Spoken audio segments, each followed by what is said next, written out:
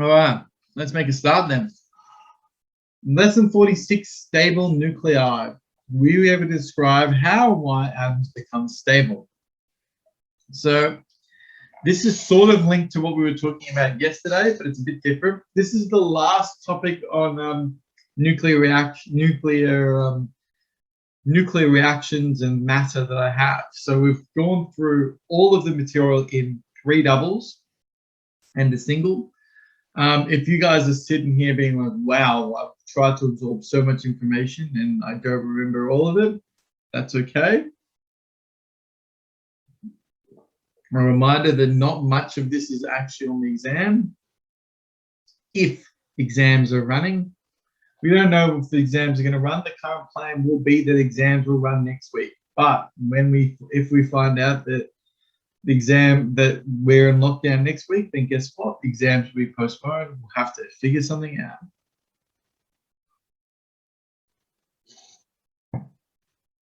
Okay.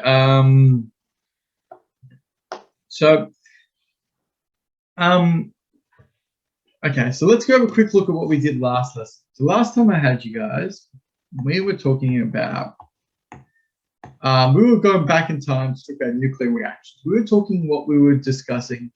When I say back in time, I'm meaning you guys learned about this in year 9, hopefully. Some of this stuff in year 9. You might not remember all of it, but you should have learned some of it. We said that radiation is when things get broken down to make something that's more stable. We said that half-life is, well, when things break down, you can never know what's going to break down first. So therefore, you can never predict when an atom will decay. But what you can do is you can predict when half the atoms of something will decay, and that's called a half-life. Half-lives have different times. Some half-lives are really, really quick, and some half-lives are really, really slow. And that can be important for humans because that means that, you know, some materials will be safe in a matter of seconds, and some materials will be deadly for the rest of, you know, the time that human beings walk this planet. So yeah, it's worth knowing which one of these two things we have. We talked about alpha radiation. That is a and by the way, since the lesson yesterday, I fixed this. Alpha radiation is the most ionizing because it's got a huge charge. It's also a big, massive blob because it's got 2 protons and 2 neutrons. We sometimes refer to this as a helium nucleus. We said that beta radiation is when you've got a minus electron coming out of the nucleus of an atom. We said that usually occurs when a neutron becomes a proton. There is the opposite of beta minus decay, which is beta plus decay, which is when a proton becomes a neutron, but that doesn't occur very often. And then we talked about gamma radiation. We said gamma radiation is when something emits a high energy light. Gamma radiation has no mass, so therefore it's, you know, and no charge. So therefore, if something undergoes gamma radiation, you'll see that the numbers won't change. It'll just be a gamma ray coming out of it. Then what we did was we talked about decay chains. Decay chain is essentially the idea that things will decay from one to the other. And the other cool thing about decay chains is you can choose any of these decays and you can actually write a formula. So let's do an example. Let's take bismuth-210 and polonium-210. So bismuth-210 is going to be Bi-210, and that's going to turn into polonium-210. Now, bismuth has an atomic number of 83. Polonium has an atomic number of 84. Now, if you grab a look at this number, the 84 is bigger than the 83. So I need to put a -1 in order to balance both sides of this equation.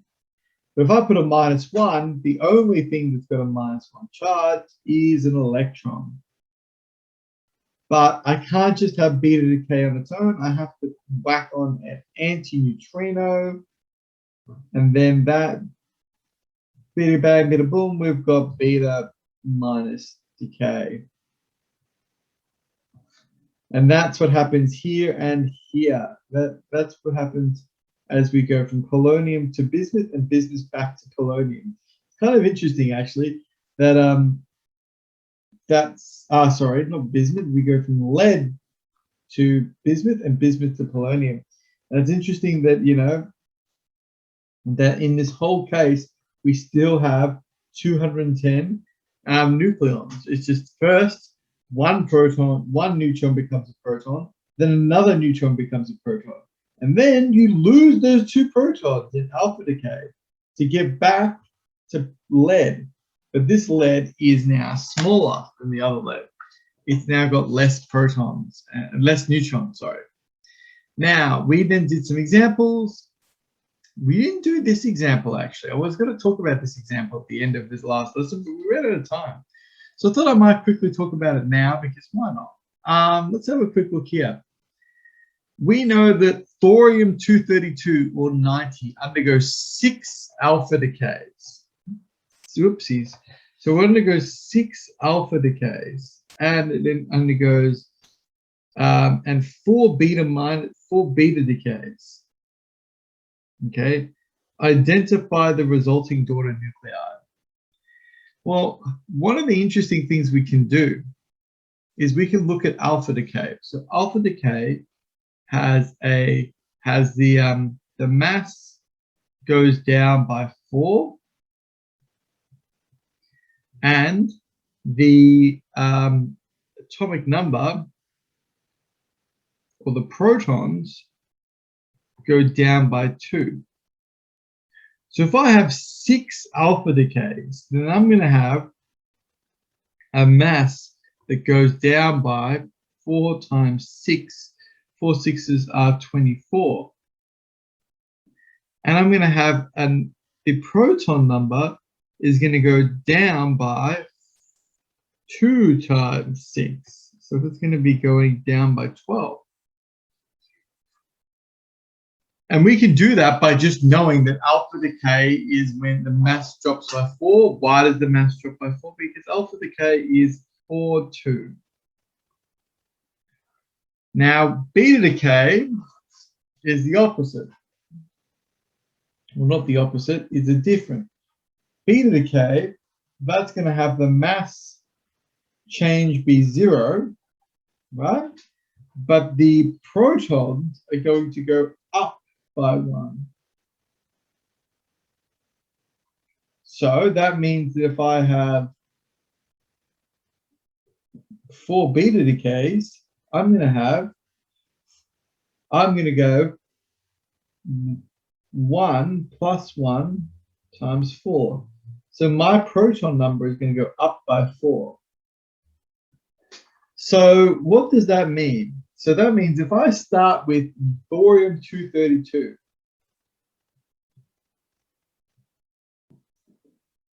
I think thorium-232, I know that thorium, and its atomic number is 90. I know that its result will have a mass of, I know that its mass will be 24 lower than whatever 232 is. So 232 take away 24 is going to be 208. Whatever the thing at the end is, it's going to be 208. And I know that I'm going to go down 12 atomic numbers, but I then go up 4. So if I go down 12 and then up 4, where am I going to end up? What's the atomic number going to be? If I go down 12 from 90 and then up 4, what's the atomic number going to be, guys?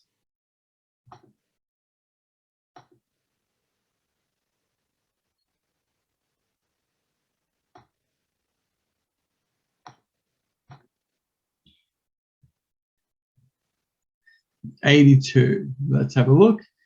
Yeah, I'd say 82.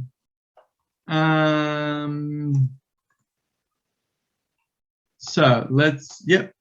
So that means that what element is it going to be if it's going to be 82?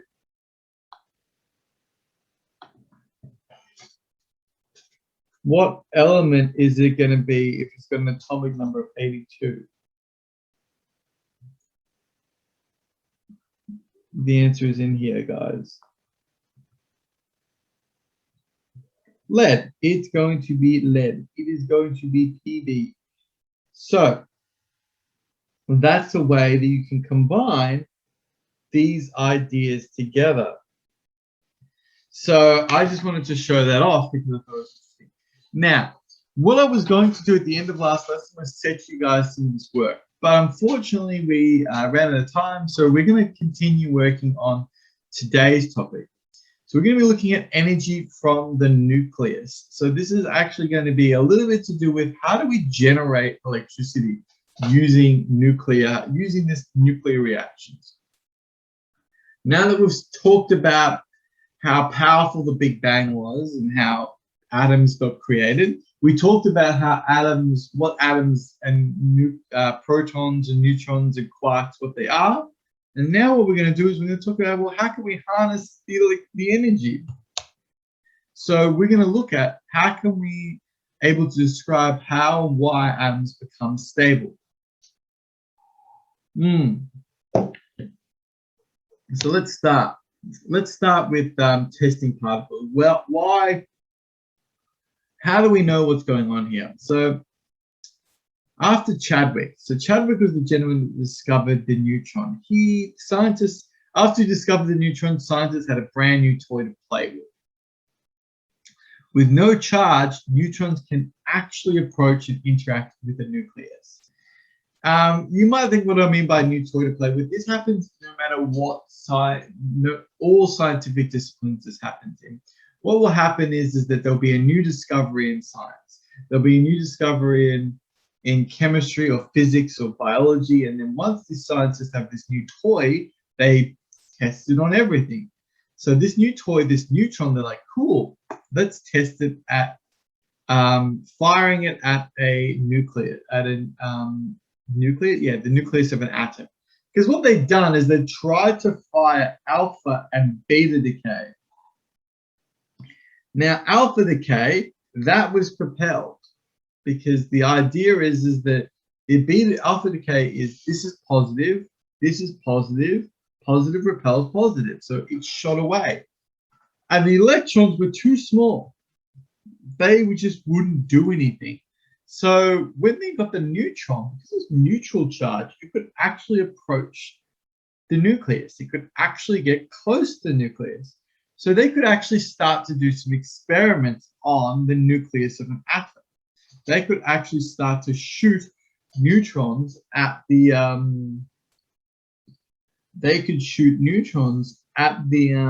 nucleus to see what would happen. And they saw some interesting things. Let me show you what they saw. They saw this new idea, which they called fission. Now, what was fission? The idea of fission was that they took a fissile material, so like uranium-235, plutonium-233, and when that is hit by a slow-moving neutron, the atom becomes unstable. So, if you hit anything, with a rock or, it's going to become unstable. But what happens is this neutron would hit into the fissile material and it would become unstable. And then that unstable nucleus would split. The unstable nucleus splits and releases fast-moving electrons. And the thing is that it split in half pretty much. It didn't just split like, we're just going to be like we're just going to split into another uranium atom. It actually completely cut some of these nuclei in half. And what's more is that, when it split these nuclei in half, we got these extra neutrons. So for most of the time, you would take one neutron and you could actually turn that into 3 neutrons. So that's what fission is, just so you can remember. Fission equals splitting. We're literally splitting the atom. That's what they were saying, is that we were taking atoms and we were splitting them.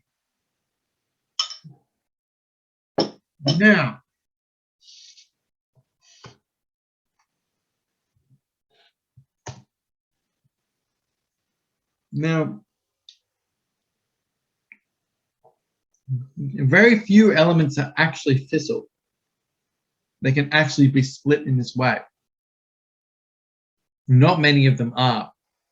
These elements absorb any neutrons, but slow-moving neutrons is easier.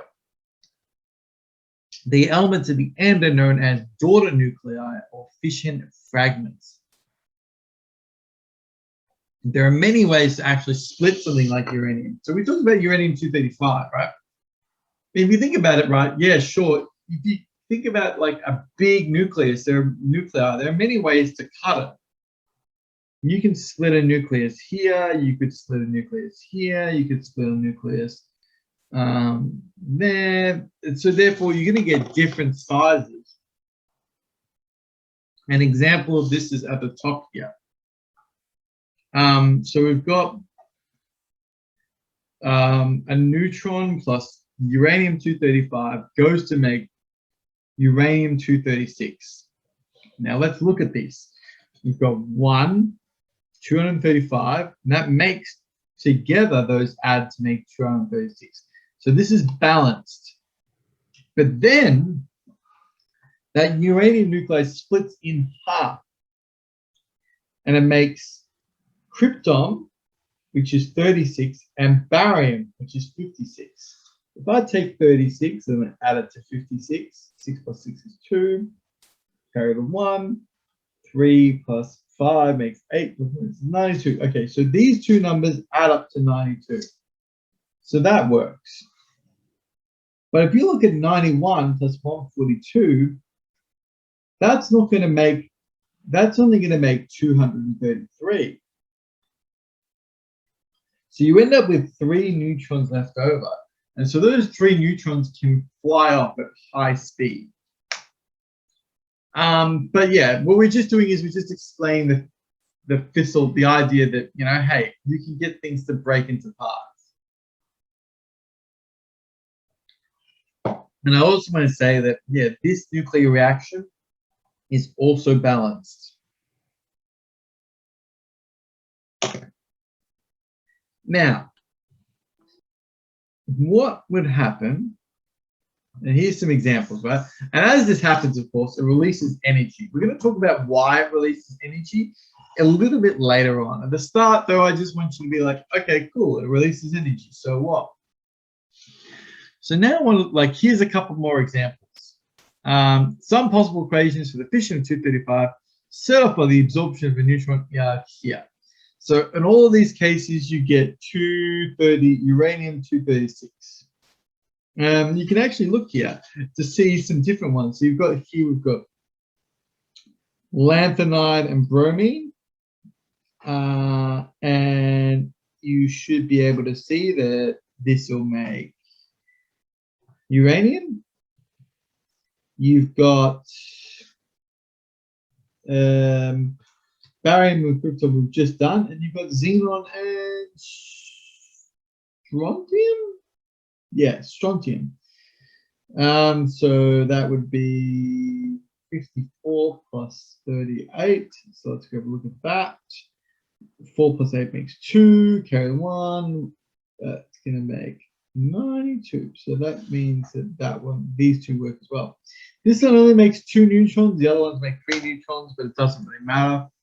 Ultimately, these neutrons are going to come out. Now, there's a bit of an issue here, right? You guys might be able to start to see where this is a problem, right? If this thing is making neutrons, right? And those neutrons can go back into this reaction, then you could actually have a chain reaction. And if every time this makes a chain reaction, every time this does this reaction, it releases energy, you're just going to get more and more and more energy, which means you can end up with an explosion. if you get a buildup of energy over and over and over again, you will get an explosion.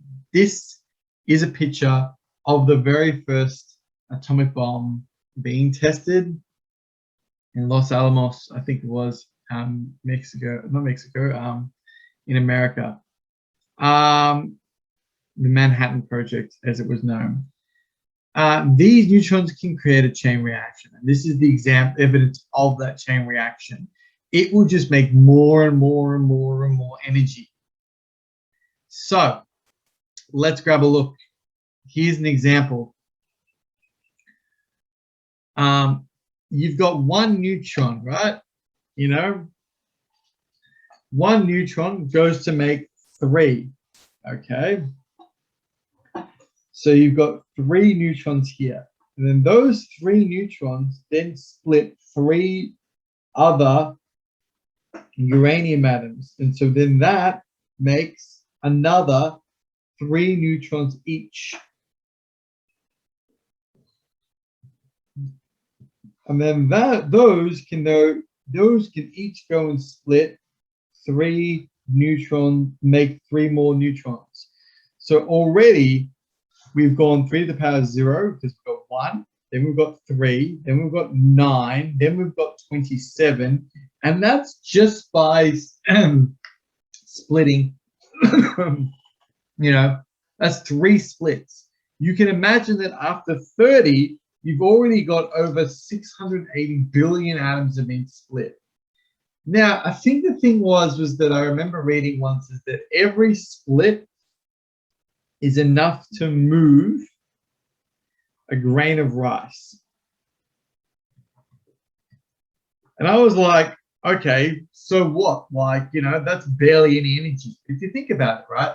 If one atom splitting can move a grain of rice, imagine what would happen if you had 668, like this would be, if this is a billion, this is a trillion, this would be like, you know, 68,000 billion atoms would be huge. The idea that I'm trying to get here is that this chain reaction can go really quick and be devastating. And that's how you get a nuclear explosion. Obviously, a quick sidestep into some history. This technology was used to make 2 bombs. One of them was called Little Boy, one of them was called Fat Man, but I want to show you guys, look at this. How much, so this was 4 ton. So that's roughly the size of a, this is roughly the size of maybe a 4-wheel drive. So I want you to think about a 4-wheel drive, that weight, right? And obviously not much of that is actually the uranium. And then you've got this one, which is, yeah, again, Fat Man, which is a little bit big. It's actually a little bit bigger, has a little bit more uranium in it. And these were placed on 2 Japanese cities, if you're not aware of history. At the end of the Second World War, or towards the end of the Second World War, the Americans had to found out how to use this splitting of and this chain reaction to create a bomb with untold amounts of energy. And they used these bombs and they dropped them on 2 cities that they were fighting against. This was in response to the attack that Japan did on Pearl Harbor. And this was sort of towards the end of the war. Germany had sort of already been taken care of, so it was just sort of Japan that was sort of left. And it was estimated that 39,000 people were killed by the bombs in Nagasaki straight away. And a further 25,000 more were injured. This is, of course, ignoring the ongoing effects of the radiation on children and like the elderly and the people that would then have later and later effects because of the radiation left behind. I found these 2 pictures.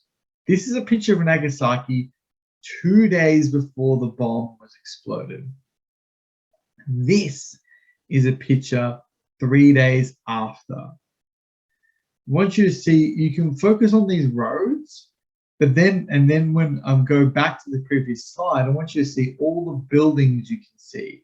Look at all the buildings up here. Look at these housing blocks up in this top corner here. Look at these housing blocks over in this corner over here. This looks like some kind of oval.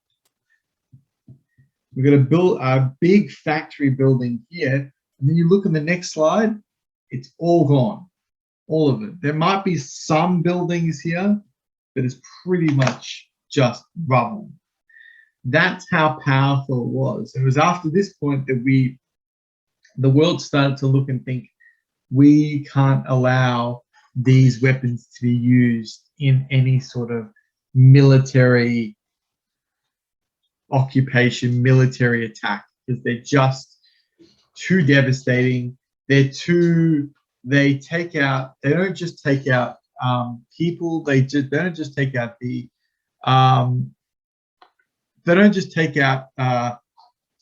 military, but they also take out all of the public and other people that are around. So it's not something that we can just do. The scientists that made the nuclear bomb would regret it. Oppenheimer and Chadwick was also helping as well, would later regret ever doing these kinds of things. And these are some of the horrible things that happen.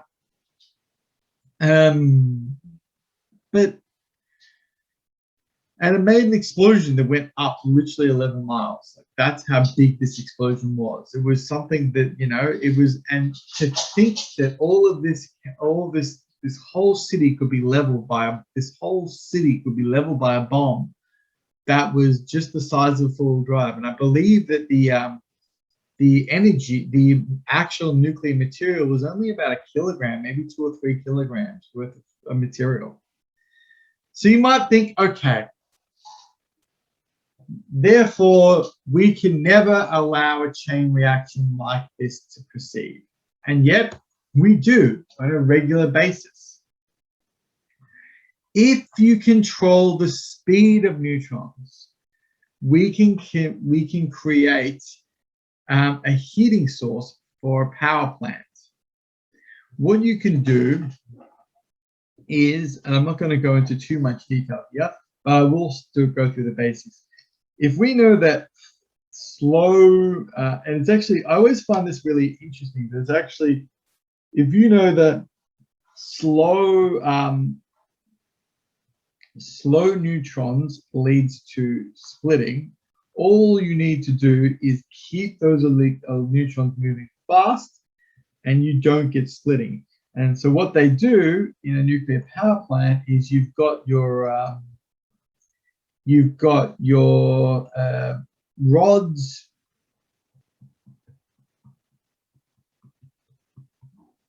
and these rods have got like uranium and other things, or plutonium. And then what you have is you have these things called control rods. And these control rods, I'm not going to go into huge amounts of detail here.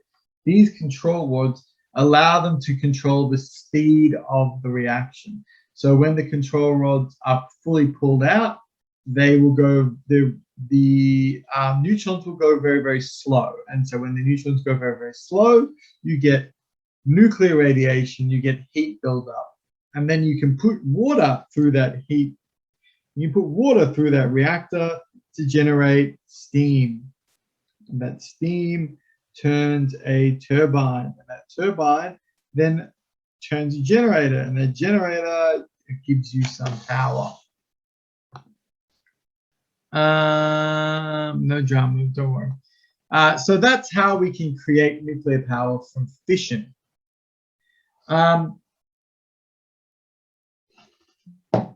But why do these things actually generate electricity to begin with? Why do these things generate energy to begin with? Well, to answer that question, we need to go talk about keeping balance. Now, when we talk about mass, we know from pretty much, I remember teaching this to year 9 students. So this is a very early topic. But we always say mass needs to be conserved. But it's interesting. After these nuclear radiation reactions, mass is not conserved. A small amount of mass is converted into energy. Not just a little bit of energy, a lot of energy. So we are actually breaking one of the rules of science that we taught you guys. Mass must be conserved. The amount of mass at the start must equal the amount of mass at the end. But if you weigh uranium-235 and compare that to the weight of, krypton and barium, you will find that uranium is heavier. So what gives? How can you break this? Well, you can actually convert this mass into energy. How do you convert mass into energy? How does mass become energy? How does something that you can lift up with your hand turn into, whoops, that's a horrible hand, it's actually giving me nightmares. How can something that you can lift up in your hand turn into, like rays of light? Well, that's where we have to introduce a formula that you guys should all be familiar with. This formula, E equals mc squared. Now, undoubtedly, you guys have known this formula probably since you were almost maybe even 6 or 7 years old. You've probably been seeing it on lunch boxes and stuff, but now you actually have to use it. E equals mc squared. The amount of energy created is related to the mass change multiplied by the speed of light squared. Now, we're not going to go into why it's multiplied by the speed of light squared, because one, I'm not mentally equipped to teach you guys special relativity at the moment or general relativity at the moment. So we're just going to accept that this is the formula. This formula came out of Einstein's theory of special relativity. It's actually a very interesting, I think it's actually general relativity, not special relativity, but that's not really too important. But the idea here is E equals mc squared. Here's a formula, and it allows us to see how does mass turn into energy. We're going to do a calculation. This is probably one of the only times we're going to be doing calculations in this section of this topic. So let's do one together. Let's look at this example here. Now, this is a standard example of a alpha radiation. We've got thorium, we've got uranium-238 becoming thorium-234. We've got the 238 is equal to 234 plus 4, so the top is balanced, and 92 is equal to 90 plus 2, so the bottom is balanced. But let's now check the masses. So let's see where does the energy go and what is going on with this. So first, what we're going to do is we're going to work out the mass of the left. So the mass of uranium is 3.9. Let's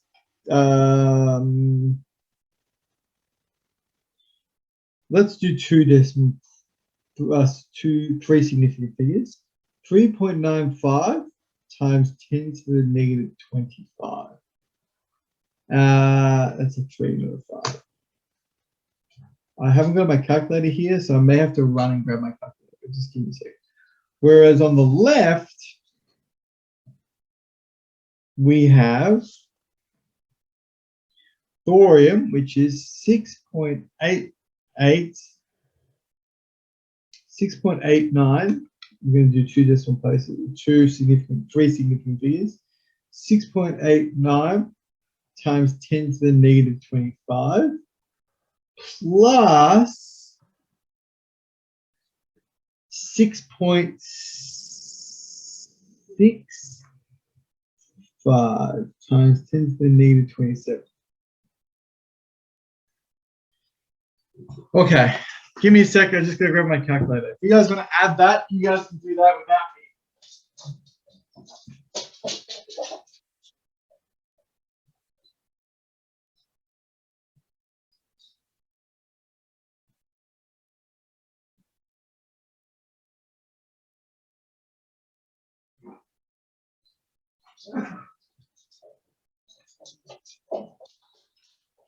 All right, I got my calculator.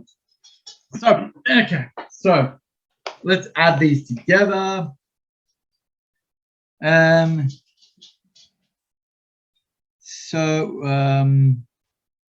on.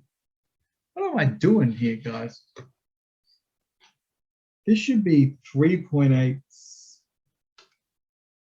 3.89, sorry. There we go. So 3.89 times 10 to the negative 23. So now I'm going to add those together. 3.89 e to the negative 23 plus 6.65 e to the negative 27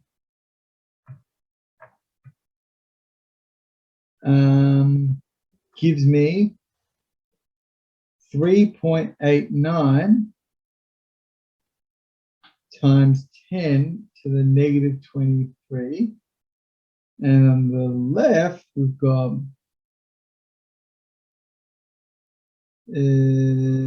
what have I done here? Sorry. Oh. Oopsies.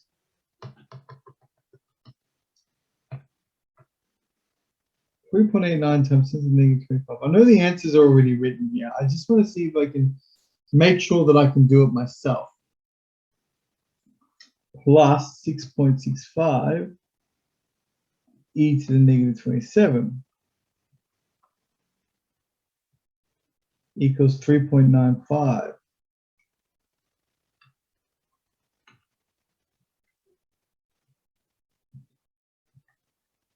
Okay.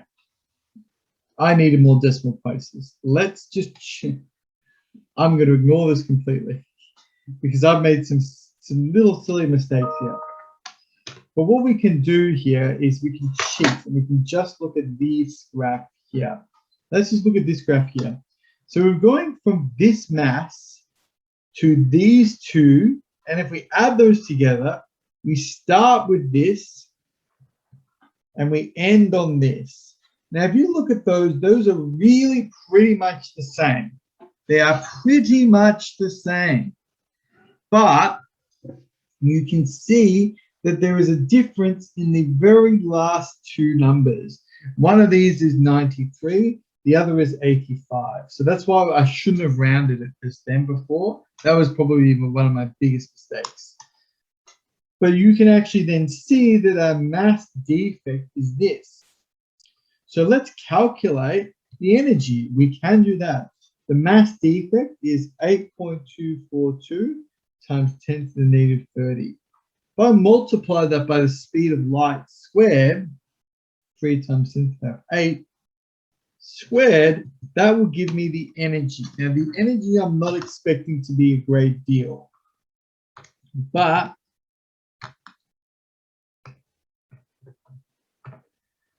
times 3e8 times, open brackets, 3e to the 8 squared, that's going to give us 7.42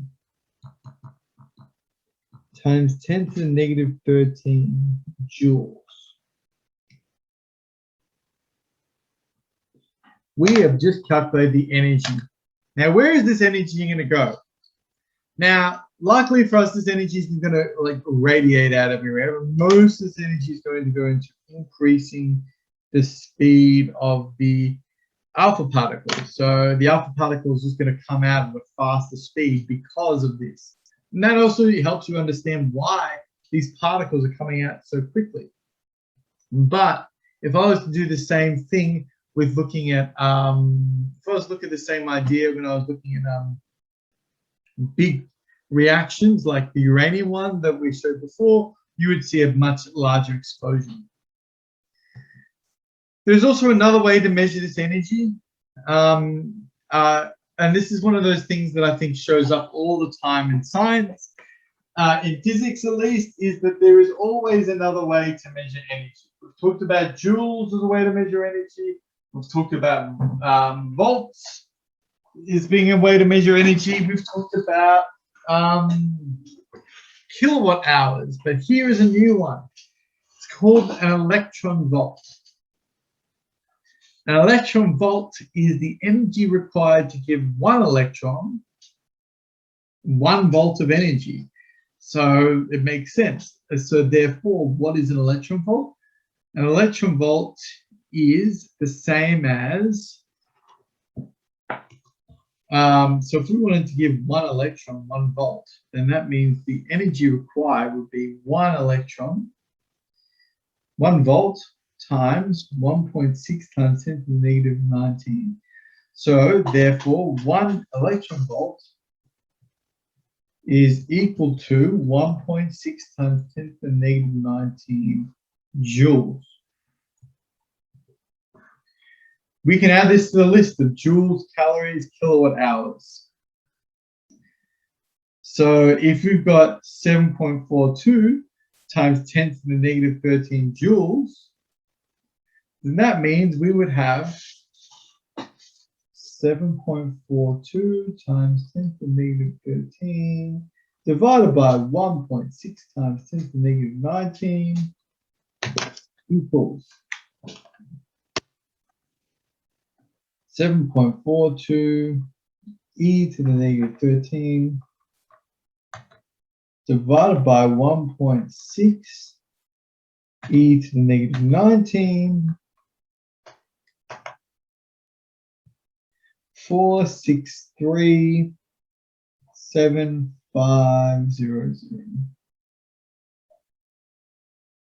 or 4.6 mega electron volts, because that's a million, so mega electron volts. What is a giga electron volts? Megabyte, gigabyte, megabyte is smaller than gigabytes. It's mega electron volts. I'm pretty sure. Yeah. So the reason we moved to this electron volts is because you can see here that 7.42 is a very, very, very small number. But if I convert that 7.42 into electron volts, then it's like, okay, mega electron volts, that can make sense. It's a number that we can sort of, you can think about, okay, cool. How many volts has that alpha particle got? That alpha particle has got 4.6 million volts worth of energy. Cool, excellent. So that gives you an idea of like, all right, cool. So if it's got 4.6 million volts, and that particular alpha particle, it's got a fair bit of whack to it. Whereas if I say, hey, it's got 7.42 times 10 to the negative 13 joules, you're like, well, I don't know if that's a big thing or not. So next up, we're going to talk about binding energy. We haven't even talked about fusion yet, but this leads into fusion. And then fusion is probably going to be what we talk about in the last 5 minutes. Before we talk about binding energy, do you guys need like a second to, have you guys got any questions before I move on? Have you guys got any questions about what we've done so far? Does this make sense? How? Let's get a quick count about how well do you understand what we've discussed so far today. 5 meaning, and just put this in chat if you could, or you can say it out loud. 5 meaning that you understand this really, really well, that this makes complete sense to you. 4 means that you get most of it, you get all of it, but you won't be able to teach it to anyone. 3 means you're gonna need some help. 2 means you don't understand anything, you're gonna struggle a fair bit. 1 means you don't understand anything at all. Can I get you guys to give me a 5 to 1 in chat? Tell me how well you understand what we've been doing today. Yep, cool. Pretty much universally, I'm seeing threes here, which tells me that, hey, I've done a reasonable job of explaining it, but you need to spend some more. Because I've gone through it so quickly, you'll need to spend some more time. Okay, cool. Yeah, Brendan's a bit confused because he reckons he's got the hang of it. Let's go into a quick recap. So let's do a quick recap because I'm about to move on to something new and I wanted to recap what we've done so far. So far, what we've talked about is, okay, you hit a nuke. Neutrons are great because they don't get repelled by the nucleus. You hit a neutron into a nuclei, it'll split in half, but it only split if it's slow. So why is this bad? Okay, so and you can get one neutron to split into multiple different, and then you can start to get chain reactions. Chain reactions are bad because it's like one neutron splits two atoms, splits an atom into two, which makes more neutrons, which splits three atoms, which splits 9 atoms, and so it goes out of control. Every time that can make the chain reaction can release a lot of energy, which can be devastating. Every time it splits, it releases energy, so you can actually harness that energy in the form of a nuclear reactor. How much energy do you get every time it splits? Well, you can calculate that using the formula E equals mc squared. You can just find out what the mass deficit is and plug that into E equals mc squared, and you can get an energy. This energy is not very useful though, so we can convert that energy into mega electron volts. That's the explanation. Now, the next stuff is a little bit new. We're going to talk about binding energy. Binding energy is the amount of energy needed to completely pull apart a nuclei. For nitrogen, it's 105 mega electron volts. Hey, remember, this is an energy, or about 7.5 mega electron volts per a nucleon. What do I mean by pull apart? Well, what I literally mean is that if I gave you a nitrogen 14 atom and I said, here are some atomic tweezers, I want you to pull, or maybe atomic chopsticks, whatever you want. Here are some atomic chopsticks. I like atomic chopsticks, they sound fancier. I want you to pick up each of these different nucleons and move them into separate bowls. How much energy is it going to take to move each of these nucleons into separate bowls? It's going to take 105 mega electron volts. That's a lot of energy. But one thing you can do is you can actually figure out how much it is per nucleon. It's 7.5. Might be like saying, oh yeah, obviously Mr. Greer has looked this up on a table. No, Mr. Greer has not. Mr. Greer went like this. It was 105 for all of them, and there are 7, there are 14 of them in total. 105 divided by 14. Well, what do you know? That comes out to be 7.5 mega electron volts each. Don't believe me? Get your calculator out. So that's how much energy it takes to rip apart a nitrogen atom. And for every time that you pick up your chopsticks and you pick up one of these protons, it's going to take 7.5 mega electron volts. That's what we refer to as the binding energy. That sort of tells me it's information about how tightly a nitrogen atom is bound together. Now, before I change the slide, I'm going to ask you guys a question. Actually, you know what? And I would love you guys, ask a question. If you can answer it in chat, that'd be great. But if you can answer it in person, I would much prefer it. Do you guys think that the binding energy for every single atom will be the same? Yes or no?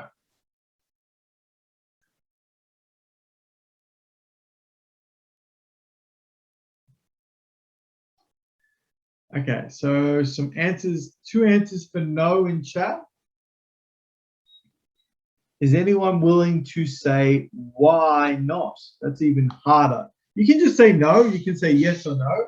But if you want to say out loud, or if you've got an idea, but I mainly just want to know, is the binding energy going to be the same for every atom? Yes or no? And if you want to go one step further, why do you think they'll be different?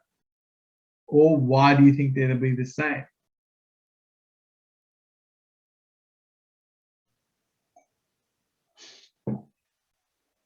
I'm just waiting for one more answer before I move on.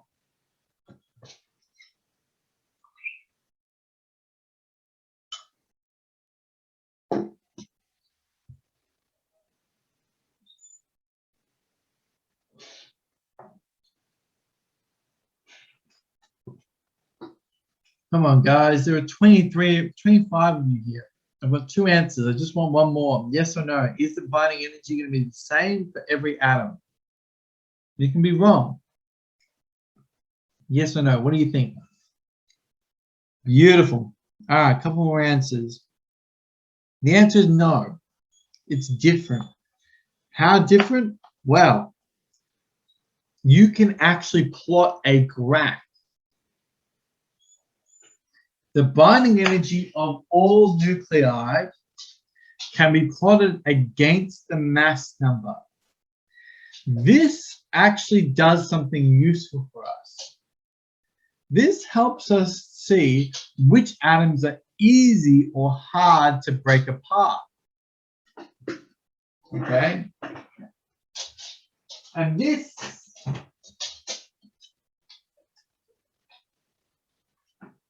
in my opinion, answers the starting question. The starting question, if you guys don't remember, was why do atoms break apart? So we can see that our first one, nitrogen, is over here. We said that that was about 7.5, the average binding energy per nucleon. It would take 7.5, and that's why it's 7.5 here. Okay, it's a little bit more than 7.5 in this picture, but it doesn't matter. 7.5 mega electron volts to pull each individual, use our chopsticks to pull each individual nucleon apart. To be honest with you, it's about on par with something like, something like 210. So this is, I think, probably lead. So if you look at something like lead or uranium, it takes just as much energy. Uranium is probably an even better example. It takes just as much energy to pull apart every single uranium atom. Sure, there's a lot more. There is a lot more nucleons you'll have to pull apart, but it will be as hard to pull apart those nucleons as it was for nitrogen. Let's look at something like, here's the question I'm going to give you guys in chat or out loud. What atom do you think is the most stable atom?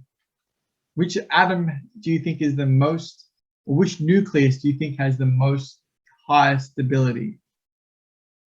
Looking at this picture.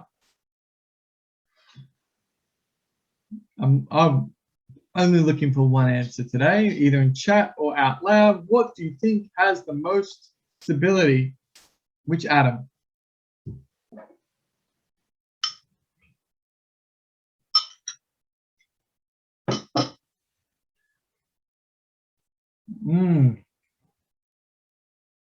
Hydrogen. A lot of people guessing hydrogen. Hydrogen 1. Yeah, hydrogen. You guys have picked the wrong answer. Guys, hydrogen has the least amount of energy needed to pull it apart. Hydrogen needed no energy to pull it apart.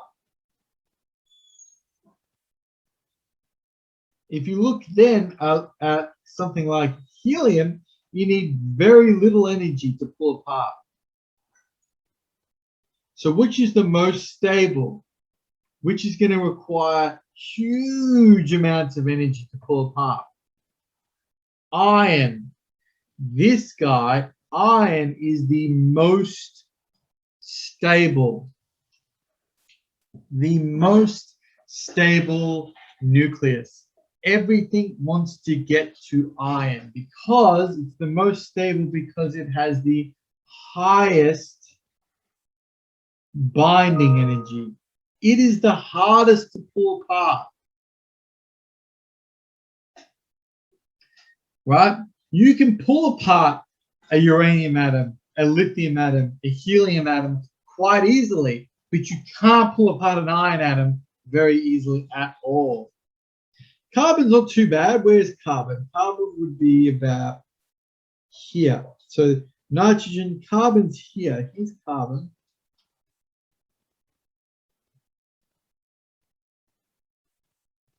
So, but carbon is still not as, it's still hard to pull carbon apart. Now, what else does this graph tell us? Well, this graph tells us that if we are on this side of iron, these guys want to get down to iron. These guys all want to get down to iron, and they will do that by splitting. Given the chance, these will all split. And that's why heavy nuclei split. That's, of course, fission to gain stability.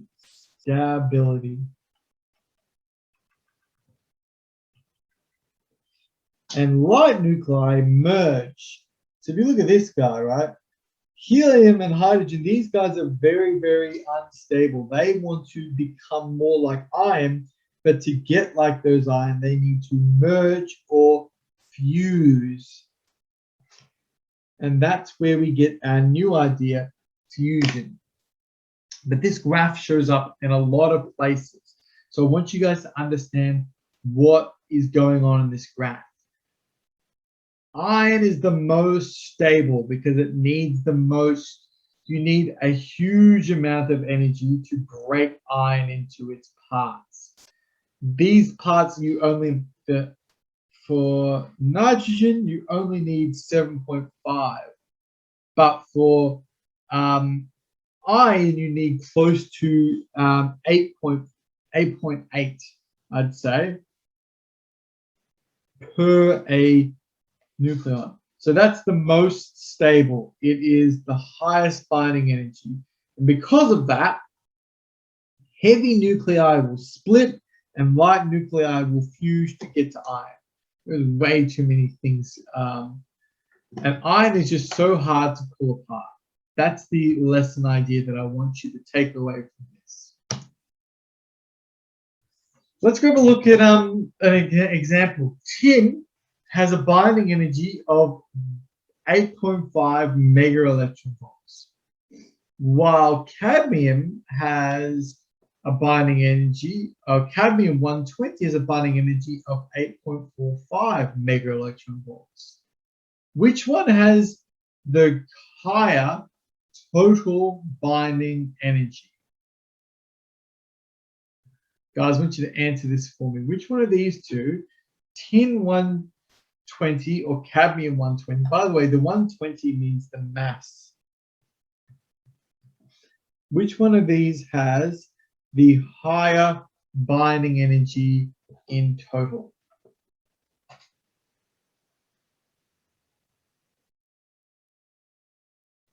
Give me a guess in chat or online.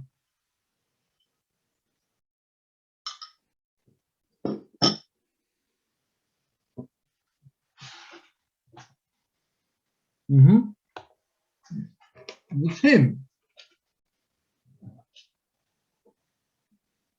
So the tin has a greater binding energy in total.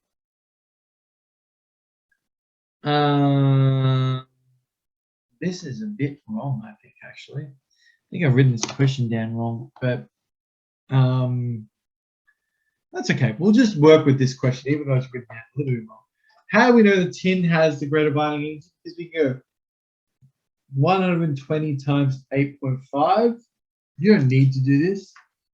120 times 8.5 gives you 1020 mega electron volts. Whereas cadmium is 120 times 8.45. Why are we multiplying by? Because we want to find the total binding energy. 120 times 8.45 gives you 1014.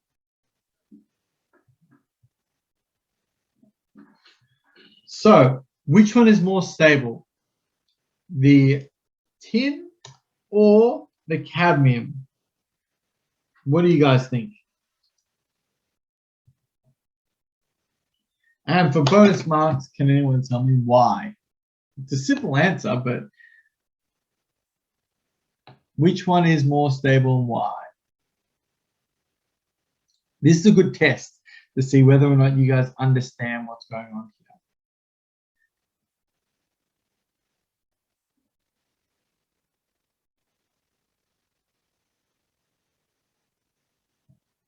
What do you guys think? Let's get an answer in chat or out loud. What do you guys think is the most stable, the tin or the cadmium? Remember that when we say most stable, it's saying which one is the hardest to pull apart. Which one's going to require the most energy to pull apart? Yep, someone said it out loud. They put in well, they said it, but they put it in a private message. The answer is tin. Because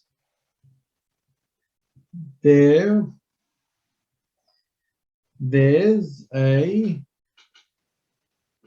higher binding energy. I'm actually literally copying down what they said in chat. You might be saying, I don't see anything, because they private messaged because they didn't want to be like, oh, so if I get it wrong, I'm going to get mocked by anyone. But yeah, tin, because of the higher binding energy, requires more energy to break tin apart than it does to break cadmium apart. Cadmium's easy to break apart. Well, not easy, but it requires less energy. By the way, realistically, this should be 1.02 giga electron volts, and this should be 1.014 giga electron volts, but whatever. So then we're going to move on to the very last idea. Fusion. I've already talked about this. Fusion is the nuclear process that essentially allowed us to exist. This is the missing part of the Big Bang Theory. This is the part that's between, hey, cool, now the universe exists, to, hey, cool, now the human race exists. Fusion is the process of nuclei coming together. It is the process that occurs in stars. Now, nuclear fusion is hard to replicate because nuclei are positively charged. Particles must be moving really fast. So in A, if you've got a proton and a neutron and a proton and a neutron moving very slow, they will repel. But if they're moving really quickly, you can get them to smash together and you get fusion. And this is what happens inside every single star.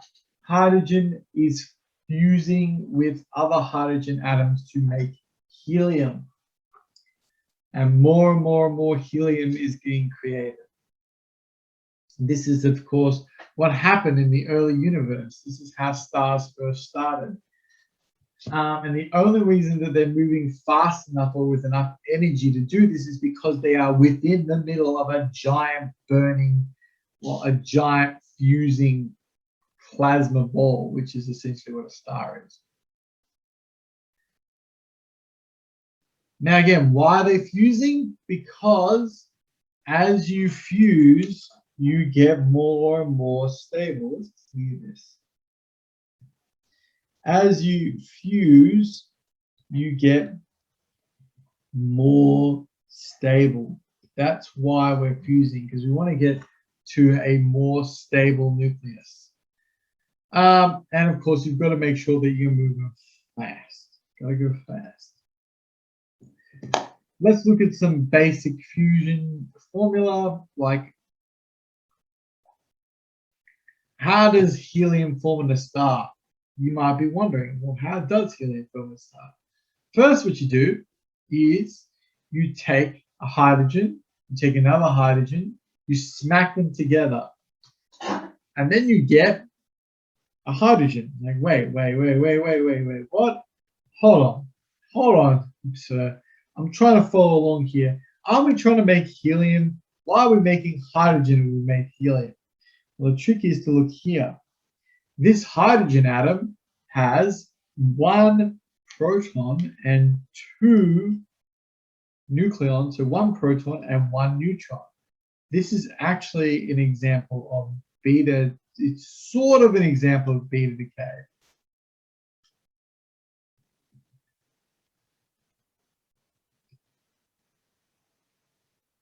Well, actually, it is beta decay.